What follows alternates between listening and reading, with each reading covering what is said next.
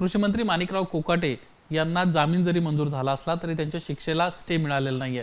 त्यामुळे आता काय नेमकी त्यांच्यावर कारवाई होऊ शकते किंवा पुढची कायदेशीर प्रक्रिया कशी असणार आहे या संदर्भात बोलण्यासाठी विधिमंडळाचे माजी प्रधान सचिव डॉक्टर आनंद कळसे आपल्यासोबत आहेत. आपण त्यांच्याशी बातचीत करणार आहोत. सर, अतिशय महत्त्वाची घडामोड नुकतीच घडली आहे. माणिकराव कोकाटे यांना जामीन तर मंजूर झालाय, मात्र त्यांच्या शिक्षेला स्टे मिळालेला नाहीये. त्यामुळे नेमकं काय होऊ शकतं आणि पुढची विधिमंडळाची प्रक्रिया नेमकी कशी असू शकेल? नाही, यामध्ये मला वाटतं की आर्टिकल 191 जे कॉन्स्टिट्यूशनमध्ये आहे त्या संदर्भात माननीय इलेक्शन कमिशनचा सल्ला हे प्रकरण सगळं माननीय राज्यपालांकडे पाठवलं जाईल आणि लॉ डिपार्टमेंटमार्फत राज्यपालांकडे पाठवलं जाईल आणि माननीय राज्यपाल मग इलेक्शन कमिशनचा सल्ला घेतील आणि त्या सल्ल्याप्रमाणे मग त्यांचं डिस्क्वालिफिकेशनचं नोटिफिकेशन लॉ डिपार्टमेंटकडून निघेल, अशी ती एकंदर प्रक्रिया आहे. त्यामध्ये विधिमंडळ सचिवालयाचा काही रोल नाही आहे. हे गव्हर्नमेंटचं काम आहे. गव्हर्नमेंटचं त्याप्रमाणे शासनाच्या पार्लमेंटरी अफेअर्स डिपार्टमेंट किंवा विधी व न्याय विभाग यामार्फत हे नोटिफिकेशन काढलं जाईल. म्हणजे सर, त्यांचं जे मंत्रिपद आहे ते जाऊ शकतं, त्यांची आमदारकी देखील जाऊ शकते. निश्चितच जर सदस्य बनून डिस्क्वालिफाय ते झाले तर नॅचरली त्यांचं मंत्रिपद जाऊ शकतं. ऑफकोर्स ते 6 महिन्याच्या आत जर ते तोपर्यंत त्यांना लिमिट आहे, 6 महिनेपर्यंत ते राहू शकतात. जरी सदस्य डिस्क्वालिफिकेशन झालं तरी 6 महिनेपर्यंत ते राहू शकतात आणि दरम्यानच्या काळात काय डेव्हलपमेंट होती ती बघावी लागेल मग आपल्याला. कारण पुढची प्रक्रिया मी मगाच सांगितली, त्यांना हायकोर्टात जावं लागेल आणि हायकोर्टामध्ये जर कन्व्हिक्शनला शिक्षेला जर स्टे मिळाला तर त्यांची आमदारकी राहू शकेल. मध्ये आपल्याला राहुल गांधीच्या प्रकरणामध्ये कन्व्हिक्शनला स्टे नसल्यामुळे त्यांची काही काळ खासदारकी गेली होती आणि सर्वोच्च न्यायालयाने मग ते त्यांच्या जजमेंटद्वारे रिस्टोर केली आणि त्यांना मग बंगला वगैरे परत दिला. हा आपल्याला सर्वांना हे प्रकरण सगळ्यांना ताजंच आहे, ते माहीत आहे. त्याप्रमाणेच याबाबत कारवाई होईल. म्हणजे सध्या माणिकराव कोकाटेंच्या हातामध्ये 6 महिन्यांचा आणखीन कालावधी आहे. या संदर्भामध्ये जरी त्यांच्यावर डिस्क्वालिफिकेशनची प्रोसेस झाली तर ते मंत्रिपदावर राहू शकतात.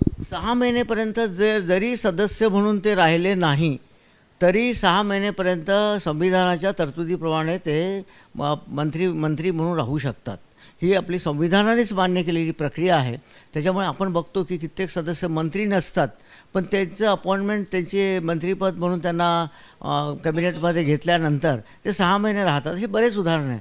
तर या संदर्भात त्यांना तेवढा संविधानातील तरतुदीचा लाभ घेता येईल आणि 6 महिने मंत्रिपदावर राहता येईल. महाविकास आघाडी काळातल्या उद्धव ठाकरेंचं उदाहरण ह्या निमित्तानं घेता येईल का? कारण उद्धव ठाकरे आमदार नव्हते, मात्र ते महाराष्ट्राचे मुख्यमंत्री म्हणून त्यांना शपथ घेतली. निश्चितच उद्धव ठाकरे साहेबांचं आहे, शंकरराव चव्हाण साहेबांचं आहे, इंदिरा गांधीचं उदाहरण आहे. त्यासुद्धा कुठे हे होत्या पण पंतप्रधान झाल्या होत्या, त्यानंतरच निवडून आलेल्या आहेत.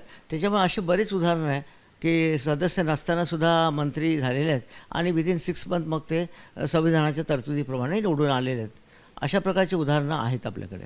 म्हणजे ते डिस्क्वालिफिकेशन जर प्रोसेस त्यांच्यावर प्रक्रिया पार पडली तर त्यांना 6 महिन्याच्या आत विधानसभेचं किंवा विधिमंडळाचं सदस्यत्व घ्यावं लागणार.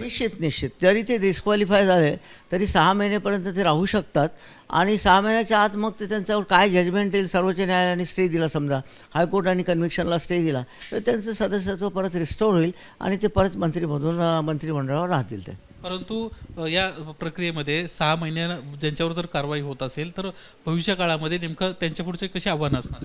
त्यांच्या पुढचे आव्हानं म्हणजे हे प्रक्रिया जी हे प्रकरण आहे यामध्ये सर्वोच्च न्यायालय किंवा उच्च न्यायालयात जाऊन त्यांची बाजू मांडणं आणि या प्रकरणामध्ये कन्व्हिक्शनला स्टे घेणं हाच उत्तम मार्ग त्यांच्यासमोर आहे आणि त्याच्यासाठी लिगली त्यांना जेवढं करता येईल, कायद्याच्या दृष्टीने जेवढे काही पुरावे गोळा करता येईल आणि वरिष्ठ न्यायालयामध्ये आपलं निर्दोष आहे हे सिद्ध करता येईल करणं, हाच पर्याय आदरणीय मंत्री माणिकराव कोकाटे यांच्यासमोर आहे असं एक सकृतदर्शीने मला वाटतं. डिस्क्वालिफाय जर झाले तर पुढचं त्यांच्या बाबतीत कसं असणार आहे? म्हणजे 6 वर्ष त्यांना कालावधी, शिक्षेचा कालावधी आणि पुढचे 6 वर्ष ते डिस्क्वालिफाय होतील. एकंदर 8 वर्ष त्यांना पुढचं इलेक्शन्स लढता येणार नाही. डिस्क्वालिफिकेशनची ती प्रक्रिया कायद्यातच दिलेली आहे, ती प्रक्रिया त्याप्रमाणे त्याला 8 वर्ष होईल ते असं दिसतंय त्याच्यामध्ये. म्हणजे सध्या तरी माणिकराव कोकाटेंवर कोणतंही संकट नाही आहे.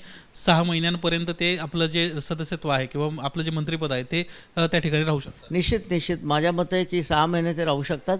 जरी ते डिस्क्वालिफाय झाले, जरी ते सदस्य नसले तरीही ते 6 महिने मंत्रिपदावर राहू शकतात आणि दरम्यानच्या काळात मग काय डेव्हलपमेंट होते त्याप्रमाणे आपल्याला पुढे मग प्रक्रिया करता येईल. राहुल गांधींच्या बाबतीत जर सर आपण विचार केला तर त्यावेळेस लोकसभेतून कारवाई संदर्भामध्ये हालचाली झाल्या होत्या अशी एक माहिती मिळते.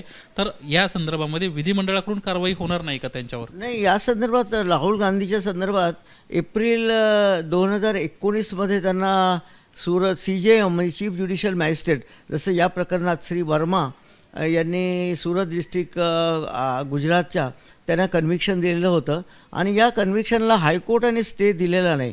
मध्ये अहमदाबाद जे काही न्यायालय आहे गुजरातचं हायकोर्ट त्यांनी स्टे दिला नाही. पण त्यामुळे त्यांचं नोटिफिकेशन काढलं गेलं आणि नोटिफिकेशन काढल्यावर त्यांचं सदस्यत्व गेलं, म्हणजे ही लॉस्ट इज मेंबरशिप. आणि त्यानंतर त्यांनी मग सर्वोच्च न्यायालयामध्ये दाद मागितली. सर्वोच्च न्यायालयाने मात्र कन्व्हिक्शनला स्टे दिला आणि त्याचा आधार घेऊन पुढे मग त्यांचं सदस्यत्व रिस्टोर झालं. माझ्या माहितीप्रमाणे अंदमान निकोबारचे जे खासदार होते कोया, त्यांचंसुद्धा सदस्यत्व काढलं गेलं होतं आणि पण ते सुद्धा नंतर सुप्रीम कोर्टाच्या निर्णयाप्रमाणे रिस्टोर केलेलं होतं.